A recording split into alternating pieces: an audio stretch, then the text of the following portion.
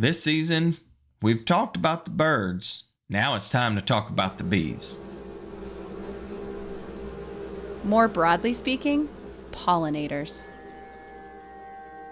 Birds, bats, butterflies, moths, beetles, flies, wasps, small mammals, and most importantly, bees are all pollinators. They visit flowers to drink nectar or feed off of pollen. And in the process, they transport pollen grains as they move from flower to flower, helping plants and many of our crops reproduce. In fact, pollinators are responsible for a third of our food supply.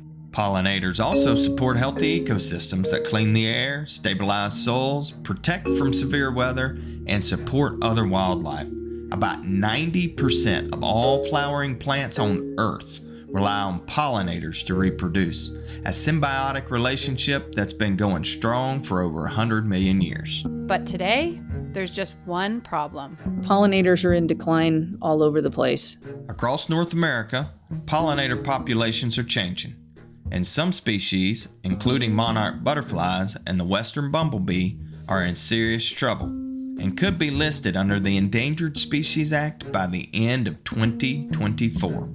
That has serious implications for working lands, for our ecosystems, could result in a number of listings that would have impacts on not just grazing, but energy development, housing, all kinds of different things. It's a really big deal for ecology and for people. The good news is most people want to support pollinators and their habitats, and that includes ranchers. If we here on our little postage stamp could, in our own tiny way, make the world a better place and see some, positive, tangible results and provide really healthy food and provide wildlife habitat and songbird habitat, pollinator habitat, all sorts of different environmental benefits while also producing food, it just really appealed to us. We got serious about it, and here we are. Welcome back to The Working Wild U, a show about the people and wildlife of the American West, from the crossroads of culture and science. I'm Hallie Mahold, Chief Programs Officer at Western Landowners Alliance. We're a network of landowners, managers, and partners dedicated to keeping the working lands of the American West whole and healthy for the benefit of both people and wildlife. And I'm Jared Beaver, Assistant Professor and Extension Wildlife Specialist at Montana State University. My work focuses on identifying and improving conservation efforts in areas where people and wildlife share the landscape, a place many folks call the working wild. Now today on the show, as wide-ranging pollinators like the western bumblebee and monarch butterfly face potential Endangered Species Act listings, we're getting curious about how we can effectively support entire ecosystems across public, private, and tribal lands. And ultimately, how do we best support landowners and communities in their stewardship efforts to support pollinator habitat and whole and healthy landscapes? These are the billion-dollar questions. That's coming up on Working Wild U. So we started off today by saying that pollinators on the whole aren't doing well, but there's more to the story. While we understand pollinators are declining on a large scale, we don't have a detailed understanding of the problem. The big picture answer is we think that they're declining. This is Laurel Burkle. She's a professor at Montana State University. I study plants and pollinators and how they interact with each other, what that means for pollination, what some of the big drivers of biodiversity declines might be. Mostly I work with wild bee species. Laura tells us that studying pollinators like native bees is actually pretty difficult, in part because most can't be identified by the naked eye. Nobody likes to kill bees, which is the main way that you need to identify them is from pinned specimens. It's like you need to put them under the microscope and look at the veination in their wings or how many hairs they have on their butt. There's a lot of really specific traits that can be used to distinguish between species. And so there's this controversy about so much sampling. Like, do you want to kill so many individuals of these species that might be doing poorly.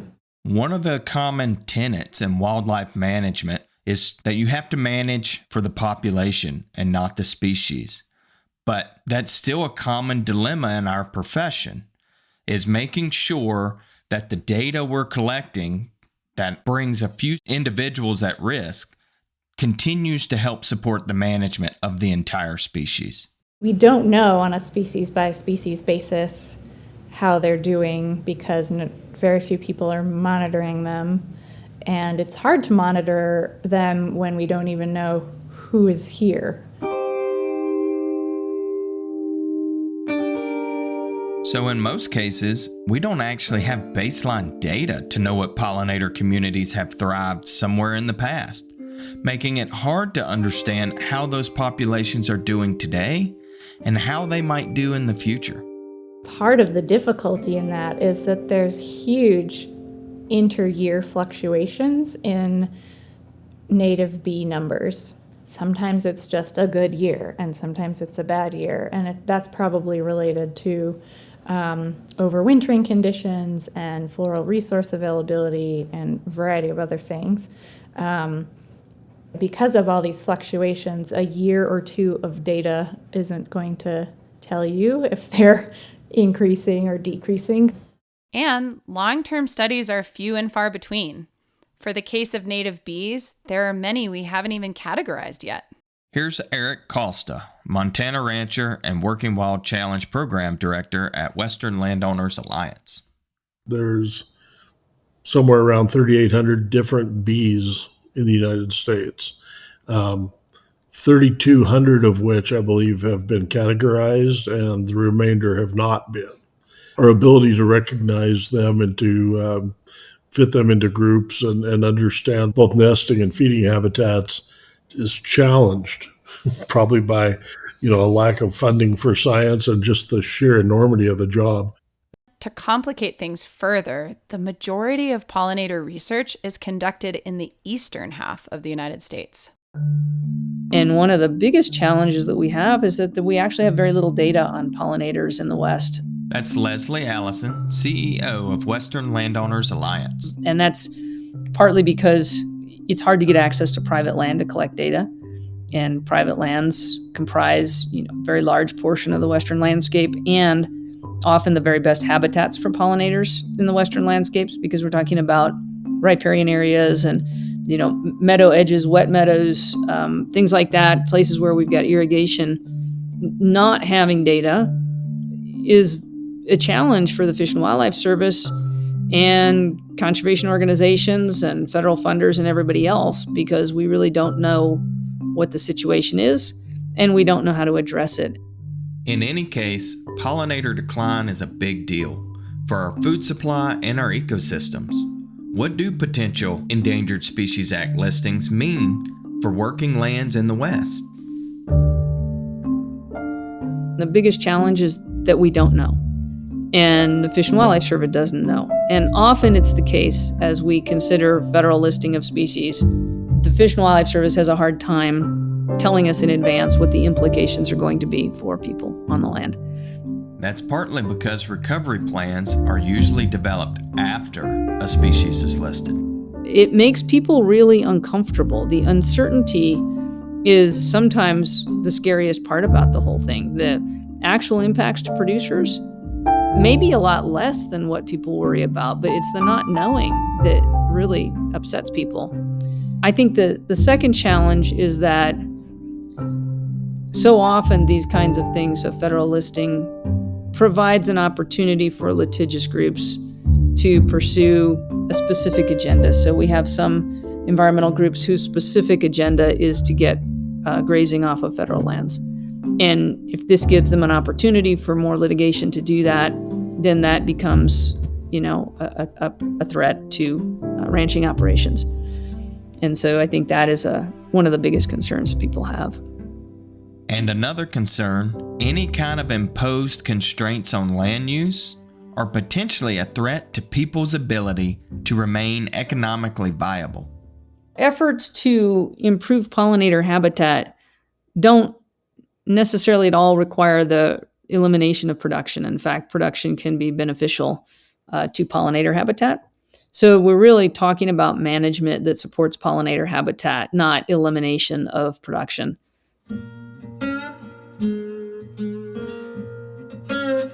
When it comes to understanding the state of pollinators on working lands in the West, it really feels like we're at the beginning. But our producer, Zach Altman, managed to track down someone who is addressing this pollinator data gap, one ranch at a time. My name is Sarah Red Laird, and I am the co-director of a nonprofit called Bee Regenerative. I design, implement, and manage all of our bee research and community education programs. During the summers, Sarah hits the road in her mobile bee lab. I am going to be traveling around the working wild in the West and partnering up with ranches to monitor their bees and better understand the bee communities that we have. Through her work over the past decade, Sarah has found that with good management, ranching and pollinators can go hand in hand. And so that's why we've decided to partner with winemakers and ranchers, because they tend to hold a lot of land and not use a lot of pesticides, and also have the ability to provide good nutrition and have the ability to preserve the flower communities that are already on their ranch, or perhaps even expand the bee habitat and the flower communities.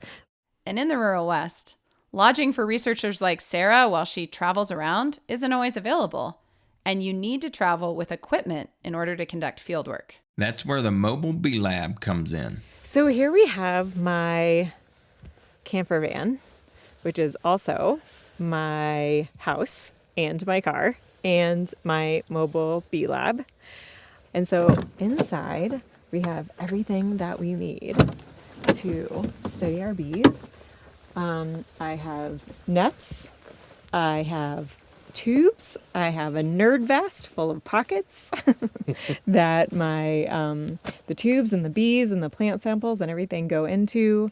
I actively trap, so I watch flowers and I catch bees on those flowers and I record what I'm seeing. And because I'm human, so it's very possible that I am biased. I might take an easy trail or an easy way and I might miss some bees. So it's important that we also do passive trapping. So I have blue vein traps here that I will set out in our study plots and leave them out for 24 hours. And so they catch bees. What attracts the bees to these traps? They are very beautiful colors to bees. So we have Superman blue and we have neon yellow, and that can attract a bumblebee from up to a mile to 2 miles away. No kidding. Yeah, they will come straight for these traps like a bullet. It is a mortal trap, and so they do die absolutely instantly. There's no pain and suffering. And then I collect the bees from these traps and send them to our taxonomist, and he blow dries them. He washes them. He gives them a little shampoo. We ID bees to species by looking at their fuzz and looking at the venations of their wings and looking at the measurements of their face and how many millimeters their eyes are away from their mouth. And so you have to have clean bees, clean, shampooed, coiffed bees to look at all these different features. Shampooing and blow drying individual native bees. It's no wonder we have gaps in our understanding of their populations. So, are there other people like you out there doing this? Specifically, monitoring bees on ranches? I don't know of anyone that lives in their camper van and monitors bees on ranches with long-term projects. So I do know of grad students that have had projects that are a couple years long here and there, but the time scale of ecology is not 2 to 3 years to be able to understand the landscape. And the projects that I currently have on the landscape are 5, 10, 20-year projects. And not only do you need funding, you also need solid relationships with the folks who manage working landscapes.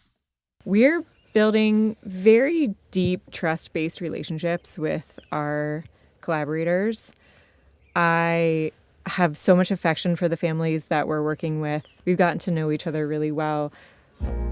Every single rancher I have ever come in contact with and worked with and spoken to, they understand how important bees are. They understand that bees are imperiled. They understand that the bees need our help, and they really genuinely want to be a part of the solution. After the break, we'll head to a ranch that aims to be a part of that solution.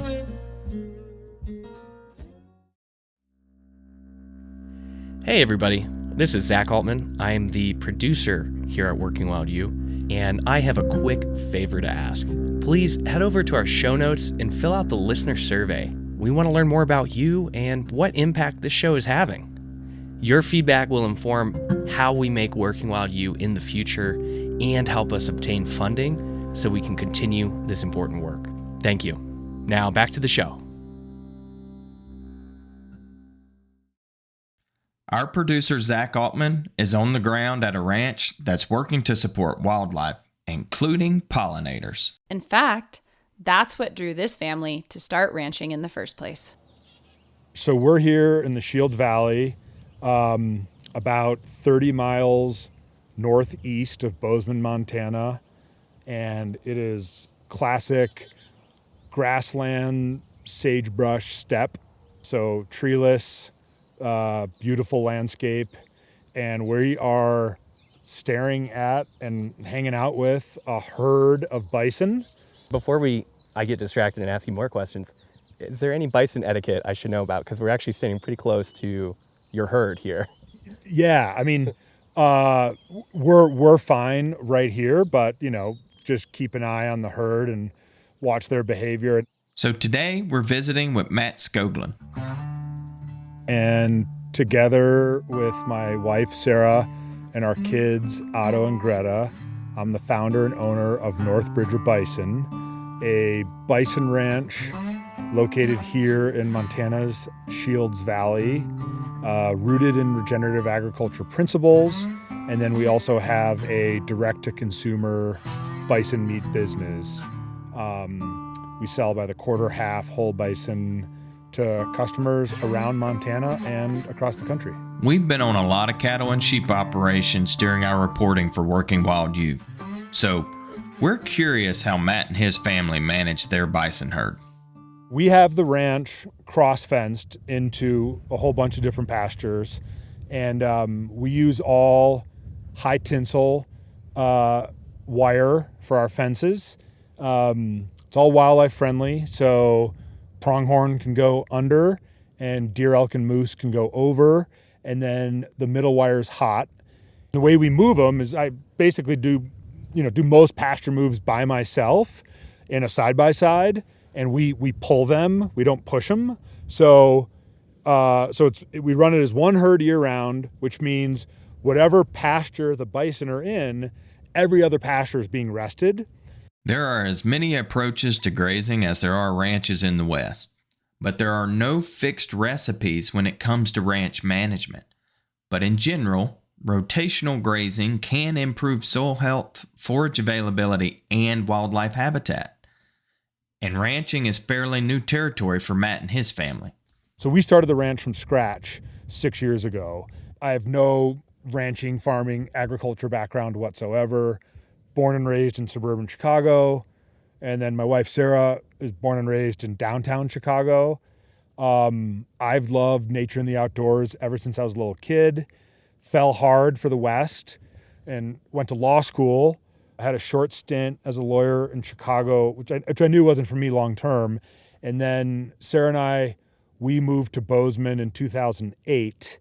And I spent 10 years working for the Natural Resources Defense Council, the NRDC, doing non-litigation policy work. And the big issue I worked on involved the management policies around wild bison. And so I just fell head over heels in love with the species. And then just over time, I was really craving to do something that was tangible, land-based, conservation-based, entrepreneurial, on my own.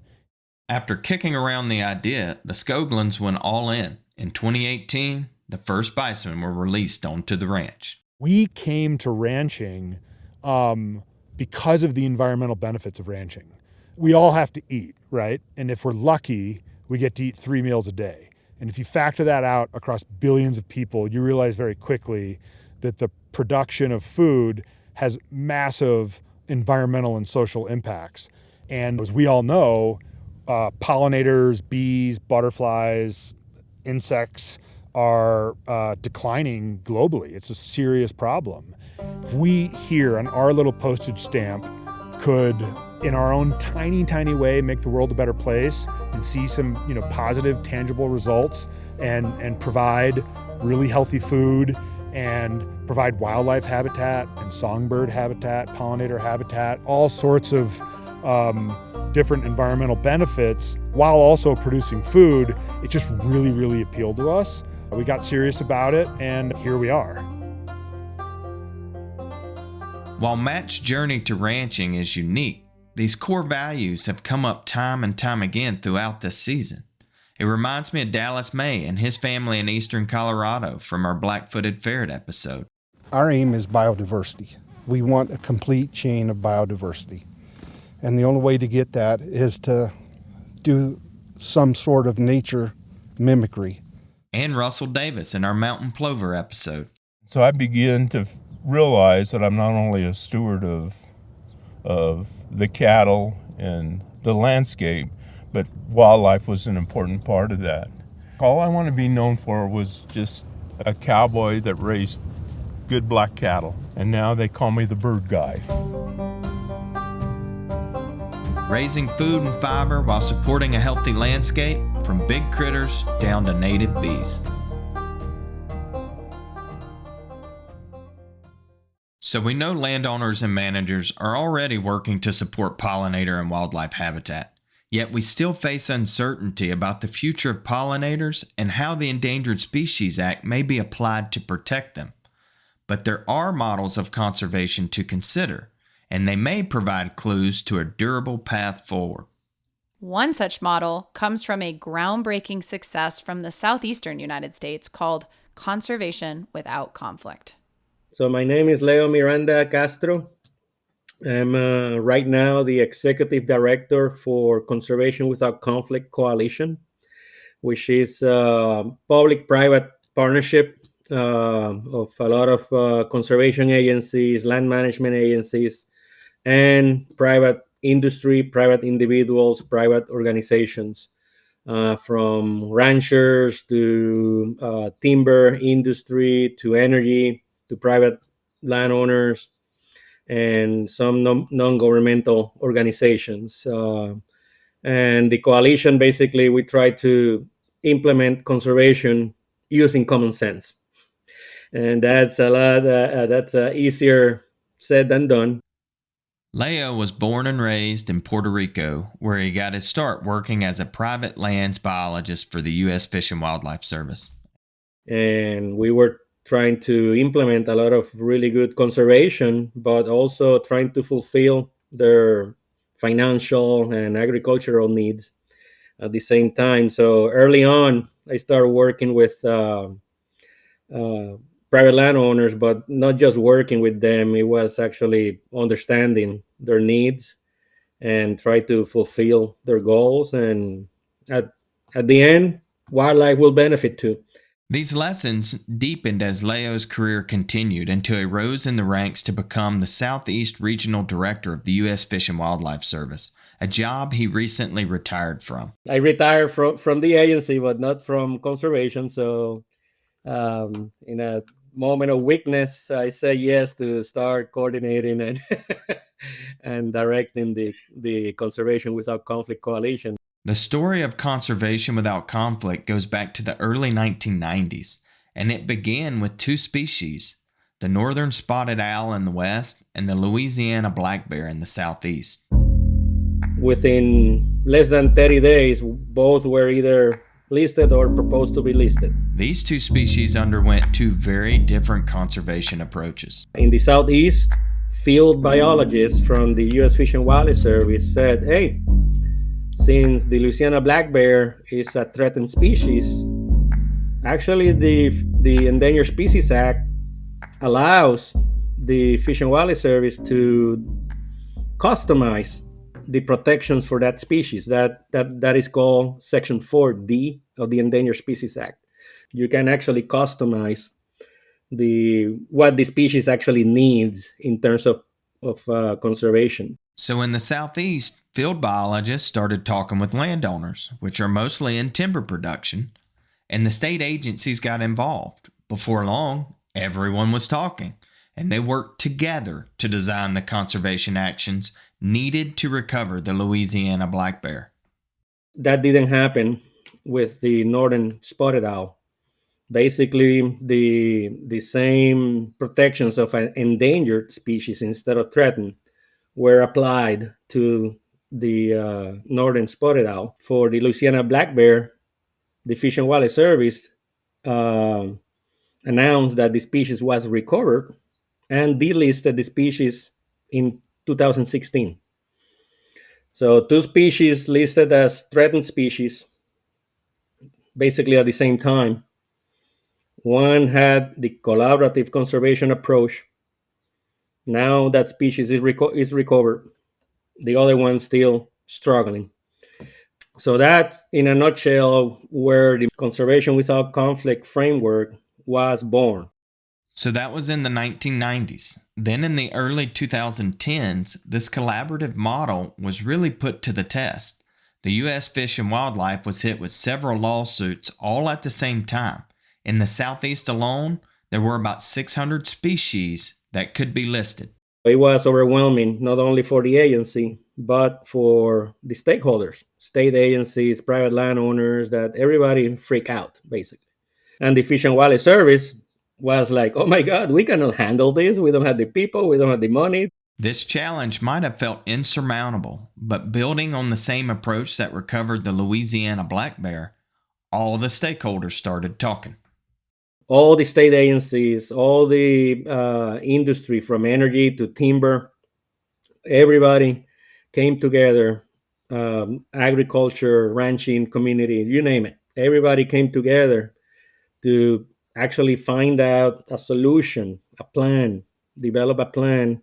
The stakeholders and the U.S. Fish and Wildlife Service quickly recognized that more scientific data was needed in order to make their listing decisions.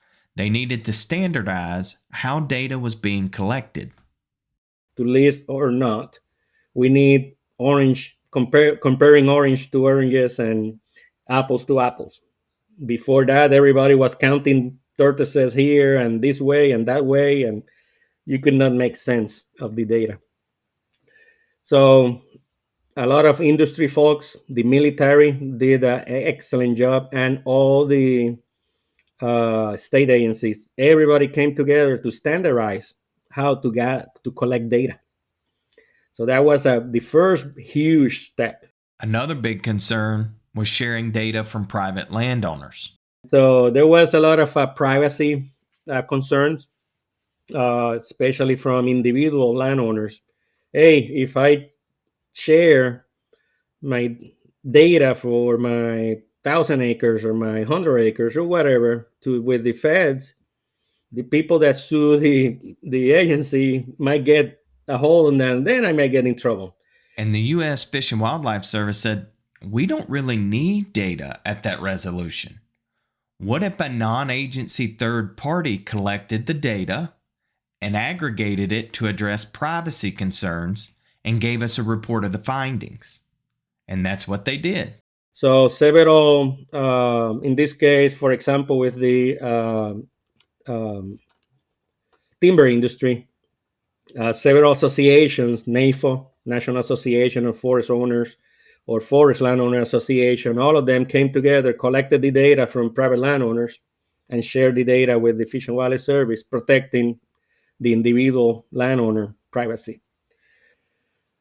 And private landowners start implementing best management practices across the entire range of the species. Then the Fish and Wildlife Service analyzed all of that and decided that the species should not be listed because of all the conservation that has been implemented.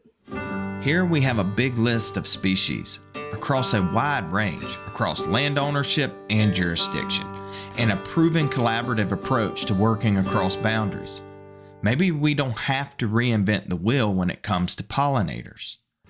Coming up, we'll talk pollinators and what we can do about it.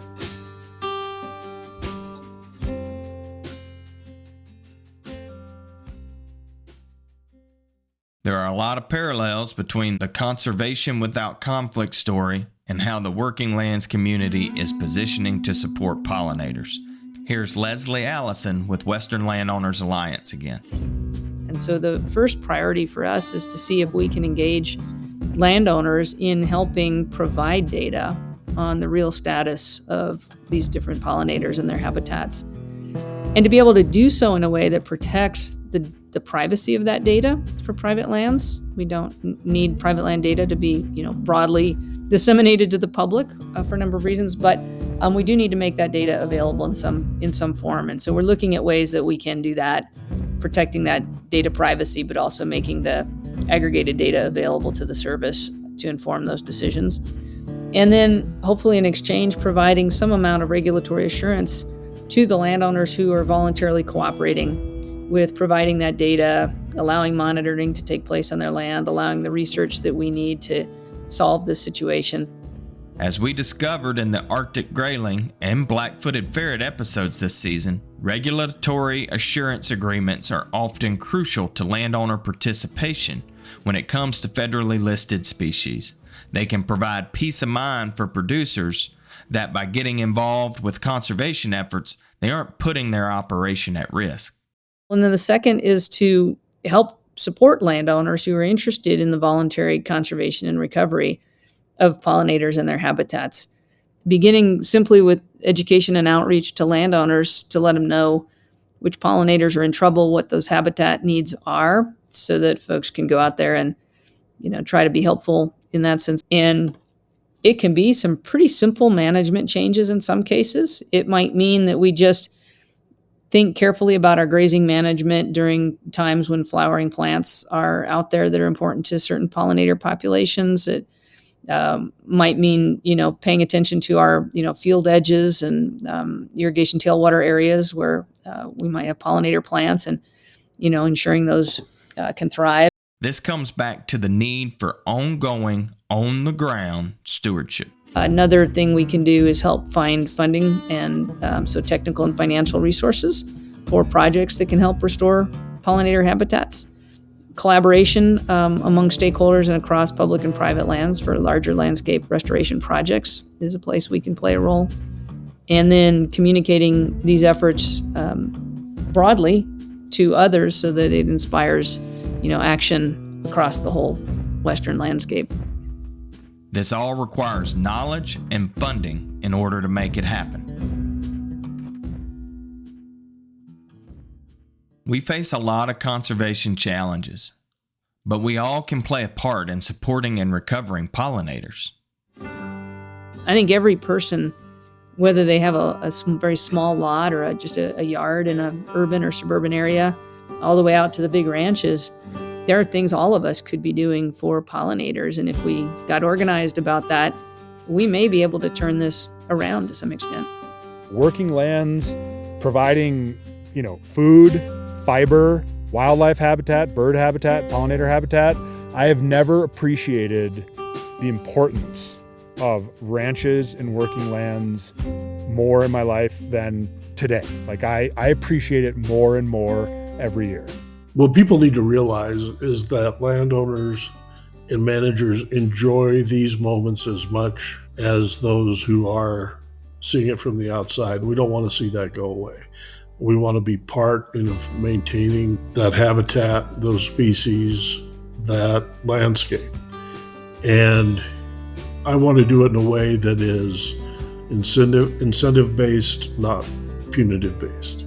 And this all points to a theme we've discovered this season. We need to manage for the health of the whole picture, the wildlife, the human communities, and the landscapes where they connect, the working wild.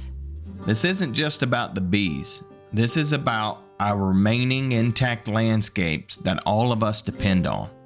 In the middle of January and February, elk, mule deer, pronghorn, like they're not up at 10,000 feet. They're down in the valley bottoms. They're on ranches. They're moving around. So, I think the wildlife habitat and the bird habitat and the pollinator habitat that ranches provide, and again, because these are these giant grassland system that's full of diversity, and then you have these animals, whether it's bison or cattle or sheep, that don't just exist out here but thrive out here alongside all these other species. Out here on our ranch and our neighbors' ranches, you see bees and butterflies everywhere. Ranches inherently have either really good nutrition or the potential for good nutrition through flowers and through healthy soil because of the way that the landscape is managed and the way that the landscape is grazed. It's a thriving ecosystem.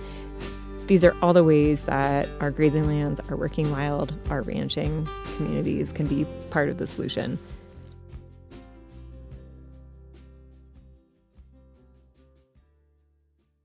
Throughout this season, we've explored landowner and community-led efforts to support species conservation, from bears and birds to ferrets and fish. We've learned that a successful formula for collaborative conservation needs to consider the economic, social, and environmental elements of a problem in order to foster effective, locally led solutions. But in the face of a changing climate, habitat loss, drought, and economic pressures, to name a few, we still have a lot of unanswered questions when it comes to the future of species conservation.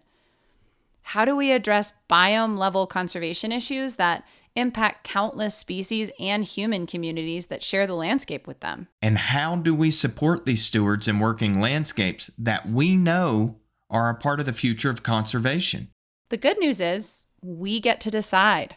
All of us have a chance to write this next chapter of conservation together.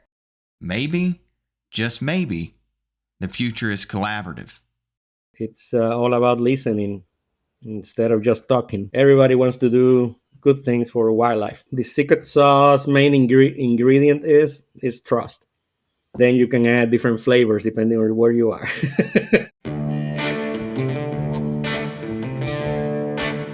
Working Wild U is a production of Montana State University Extension and Western Landowners Alliance, with support from the Arthur M. Blank Family Foundation and you, our listeners. This episode was written and produced by me, Zach Altman, with support from our hosts, Jared Beaver and Hallie Mulholland. Lewis Wirtz and Jared Beaver are our executive producers. Music is from Artlist and Blue Dot Sessions. Special thanks to Leslie Allison, Matt Skoglund, Laura Burkle, Eric Kalsta, Sarah Redlard, Leo Miranda Castro, Lucas Cooksey, and Jamie June. And as always, please be sure to follow us on social media and head to our website to check out show notes and bonus content. That's at workingwild.us. And please help more people discover the show by rating and reviewing us on Apple Podcasts, and share this episode with a friend or neighbor.